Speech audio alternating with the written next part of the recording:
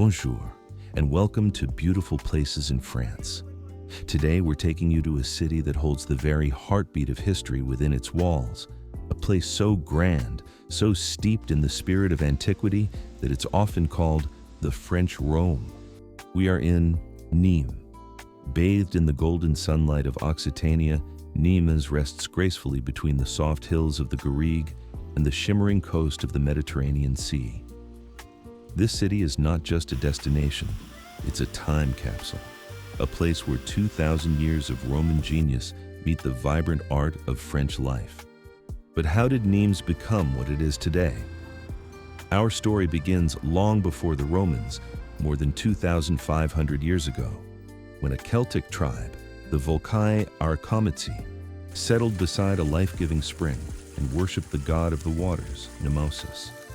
From this divine source came both the city's water and its name. The turning point came in 121 BC, when the Romans conquered Gaul. They immediately recognized the strategic value of this place.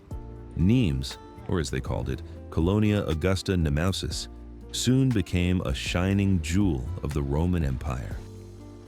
Located on the legendary Via Domitia, the first Roman road built in Gaul, linking Italy to Spain, Nîmes thrived as a crossroads of trade, culture, and military power. Under the reign of Emperor Augustus, the city entered its golden age. He and his successors adorned Nîmes with magnificence worthy of Rome itself, a 7-kilometer-long wall with monumental gates and towers, grand temples, a bustling forum, and of course, two marvels that still leave visitors in awe: the Amphitheater and the Maison Carrée, both of which we'll soon explore up close. But no empire lasts forever. When Rome fell, Nîmes too entered an age of transformation and turmoil.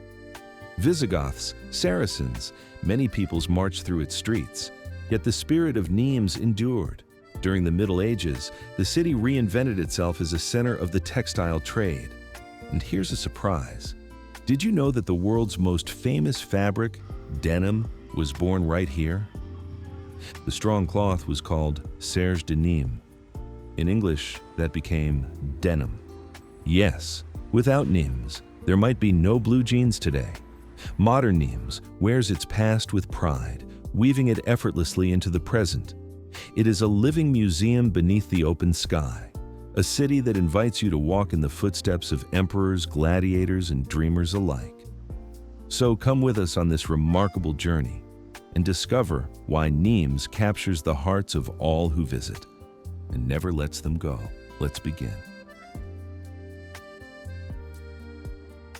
Our journey through Nîmes begins, as it does for so many travelers, at a place where the modern world meets the ancient one, the Gare de Nîmes, the city's main train station. From the moment you step outside, you can already feel it, the pulse of the city. But we won't linger among the rush of trains and travelers for long. Our path leads us straight into the very heart of Nîmes. We stroll down the Grand Avenue Fouchère, a magnificent boulevard laid out in the 19th century.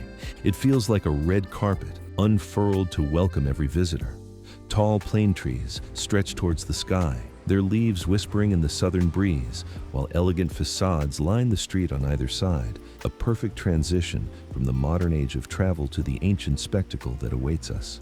At the end of the avenue, the city suddenly opens up, revealing the Esplanade Charles de Gaulle, a green oasis in the middle of Nîmes. And there, shimmering in the sunlight, stands the first of many works of art we'll encounter, the Fontaine Pradier. Built in 1851, this monumental fountain is a poetic tribute to the city itself. At its center, a graceful female figure represents Nîmes, crowned in calm majesty, while at her feet sit 4 powerful male figures, the personifications of the region's great rivers. It's a celebration of life, water, and the city's eternal bond with its land.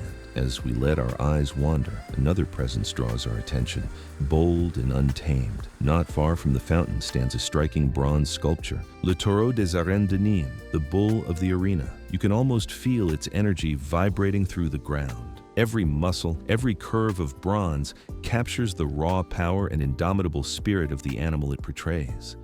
It's more than art. It's a symbol of one of Nîmes' deepest traditions, the corrida, the bullfight.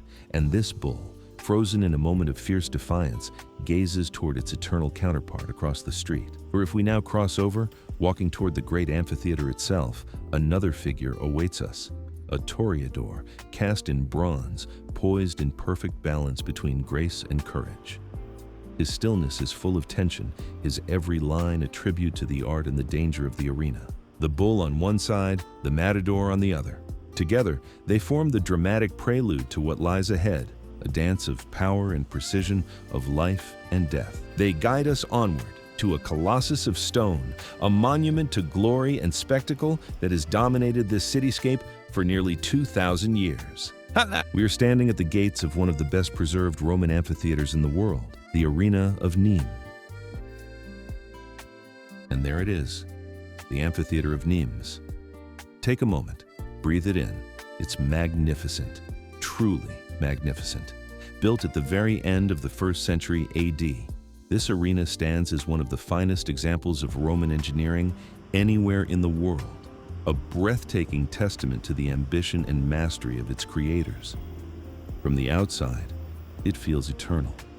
The facade rises 21 meters high, carved from pale limestone, its 2 tiers of 60 arches stacked one above the other like verses of stone poetry. Imagine the hands that built this, Roman stonemasons shaping each massive block by hand, hauling it here from the quarries of Lens, fitting them together with such precision that no mortar was needed. For 2,000 years, the weight and geometry alone have held it firm. A masterpiece of logic and beauty, 133 meters long, 101 wide, not a provincial theater, but a coliseum for the masses. Now, let's step inside. We pass through the cool, shadowed corridors, the vomitoria, as the Romans called them, where up to 24,000 spectators once streamed to their seats, eager for the thrill, the spectacle, the blood. And then, suddenly, we emerge from darkness into light, and there it is, the vast oval of the arena spreading out before us. From here, the view is nothing short of breathtaking. You can almost hear the roar of the crowd, feel the tension in the air, smell the mixture of sand and sweat and fear. Each level of seating reflected the rigid hierarchy of Roman society.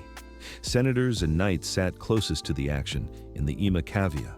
The citizens filled the Media Cavea, and high above in the Summa Cavea were the women, the slaves, the ones without voice or power.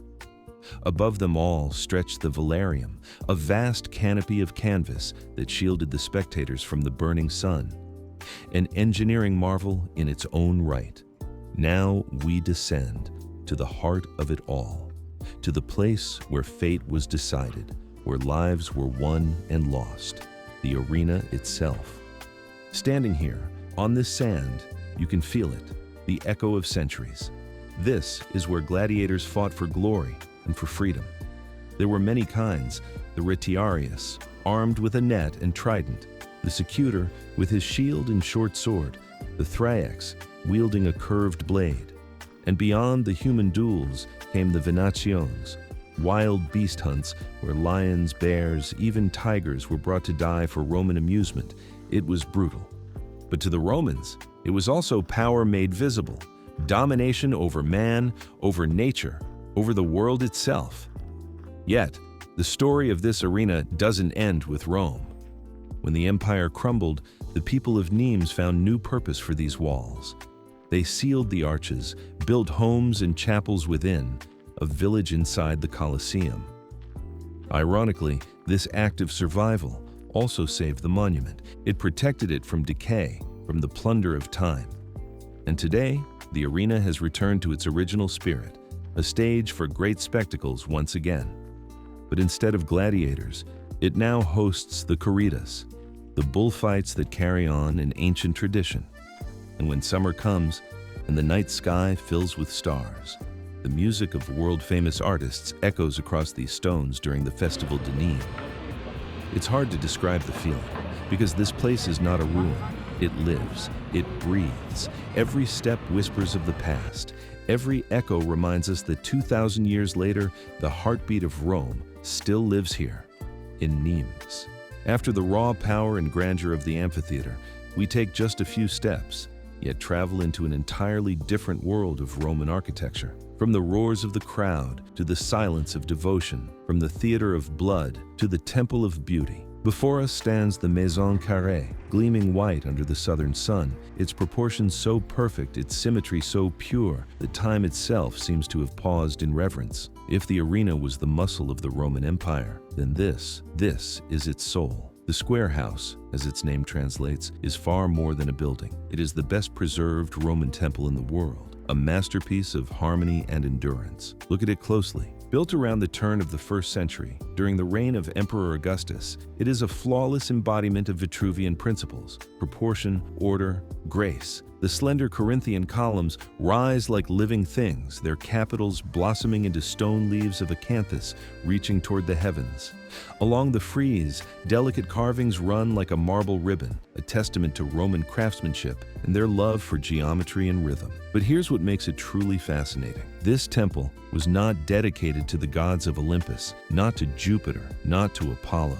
It was built for the cult of the emperor himself, a brilliant stroke of political genius. Augustus commissioned it in honor of his grandsons and chosen heirs, Gaius and Lucius Caesar, the so-called princes of youth. They were the promise of Rome's future. Their early deaths were a devastating blow, and this temple became their eternal monument, a declaration that even mortality could not diminish imperial glory. The Maison Carrée survived because it was never abandoned. When Rome fell, the building simply changed its purpose. It became a consular house, later a church, then stables, and even an archive. Each generation left its mark, but none destroyed its essence. That continuity, that quiet resilience, is what preserved it through the centuries, and its beauty did not go unnoticed. More than 1,000 years later, across the ocean, it would inspire Thomas Jefferson, who modeled the Virginia state capitol on this very structure. A Roman temple reborn in the New World, proof that true harmony transcends time. Now, let's cross its ancient threshold. 2,000 years of footsteps echo beneath us as we enter the dim interior. The air feels different here, cooler, quieter, sacred. Today, a short film about the founding of Nîmes plays within these walls. But if you close your eyes, you can almost imagine priests performing rituals, the scent of incense rising, prayers murmured in Latin beneath these same stones. The Maison Carrée is not just a relic. It is a window into the soul of the Augustan age, an age of ambition, order, and eternal artistry. A whisper from the empire that once ruled the world, and a reminder that beauty, when born of harmony, never truly fades. We leave behind the formal splendor of the city center and make our way toward the birthplace of Nîmes, the place where everything began. Welcome to the Jardin de la Fontaine. This is no ordinary park. It is one of the very first public gardens in all of Europe, created in the 18th century and built around the most sacred heart of ancient Nîmes. From the moment you enter, something shifts. The air feels softer here. There's a stillness, a sense of calm that settles over you. The gentle murmur of water, the rustle of leaves, the warmth of the southern sun filtering through the trees, it feels timeless. The garden itself is a masterpiece, a dialogue between human design and nature's grace. At its lower levels, the strict geometry of a formal French garden unfolds.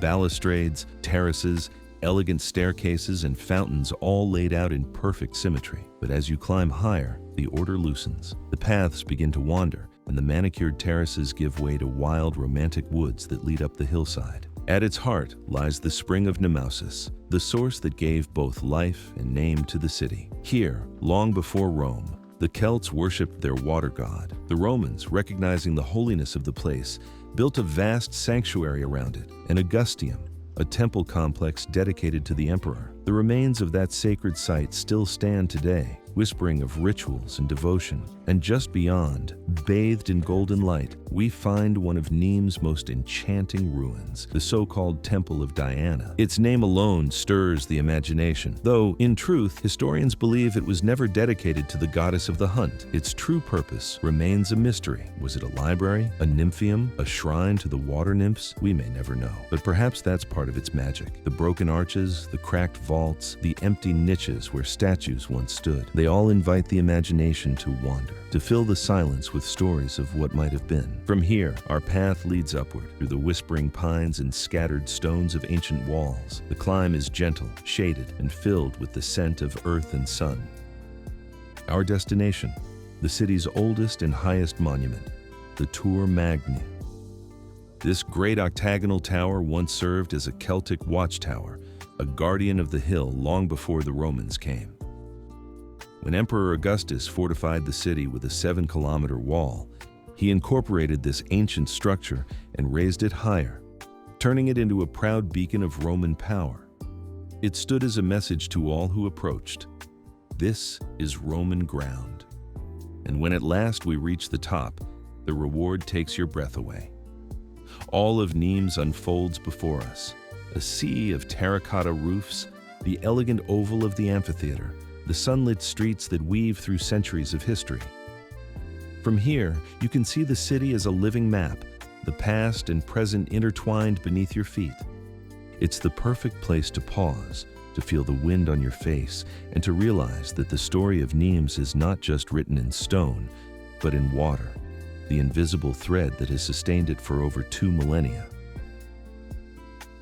After the breathtaking view from the Tour Magne, we descend once more into the city, to a place that many visitors overlook, yet it reveals the very genius that made ancient Nîmes thrive. We stand before the Castellum Aquae, also known as the Castellum Divisorium. At first glance, it looks modest, a simple round basin of stone half sunken into the earth, but appearances can deceive. This quiet monument was once the beating heart of the city's water system, the final destination of a Roman aqueduct that carried life itself across 50 kilometers of rugged countryside. Imagine that for a moment.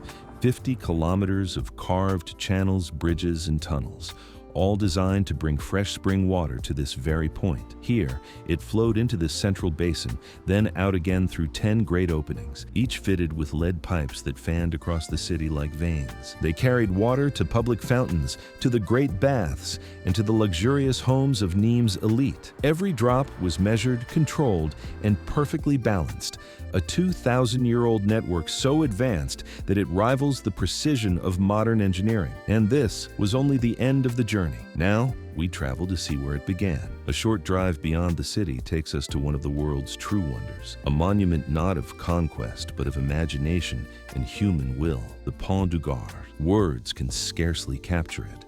Rising nearly 50 meters above the Garden River, this 3-tiered bridge of golden limestone gleams beneath the southern sun, its arches reflecting in the calm blue water below. It's not merely an aqueduct, it's a symphony in stone. But its true brilliance lies in something the eye cannot see. The entire aqueduct was built to carry water using nothing but gravity. From its source to its end, across 50 kilometers, the total drop in elevation is barely 12 meters. That's an average slope of just 24 centimeters per kilometer. A level of precision so astonishing, it borders on the impossible with the tools of the ancient world. The blocks that form it weigh up to 6 tons each, cut, transported, and fitted without a single drop of mortar. They hold together purely through the perfection of their shape. Hundreds of workers, 15 years of labor, and an ambition that reached beyond time itself. Today, the Pont du Gard stands as a UNESCO World Heritage Site, and more than that, as a monument to what humanity can achieve when vision and will work in harmony with nature. It has endured floods, storms, centuries of silence, and yet it remains serene and untouched, a golden bridge between the genius of the past and the wonder of the present.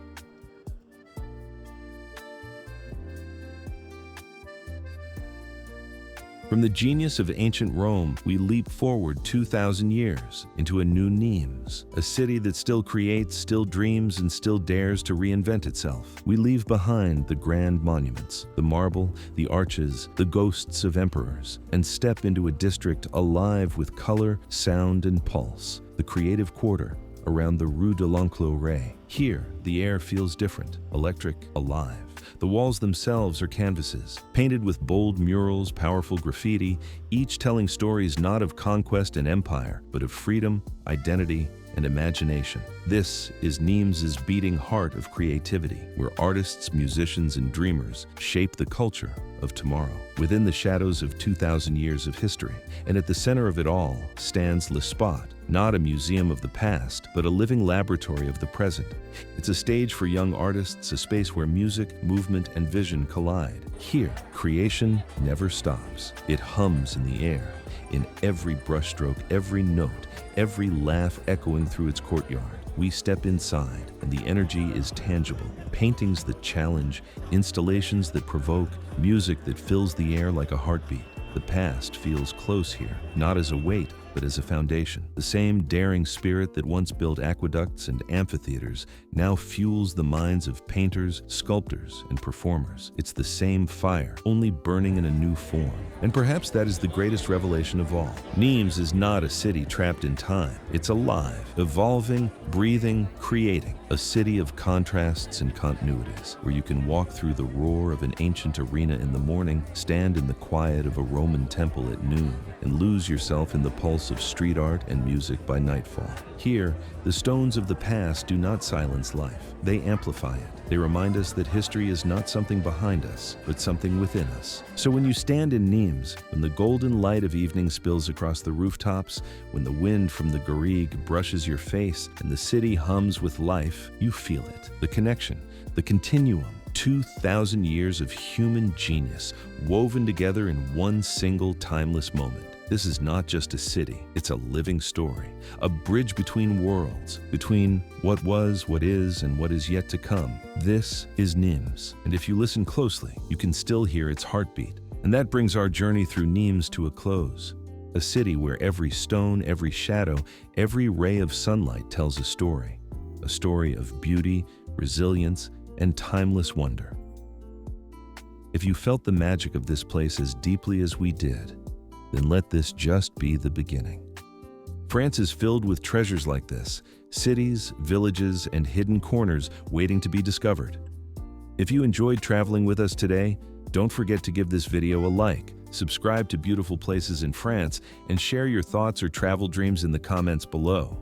We truly love hearing from you. Until next time, keep exploring, keep feeling, and keep falling in love with the beautiful places of France. Merci. Et à bientôt. See you in the next episode.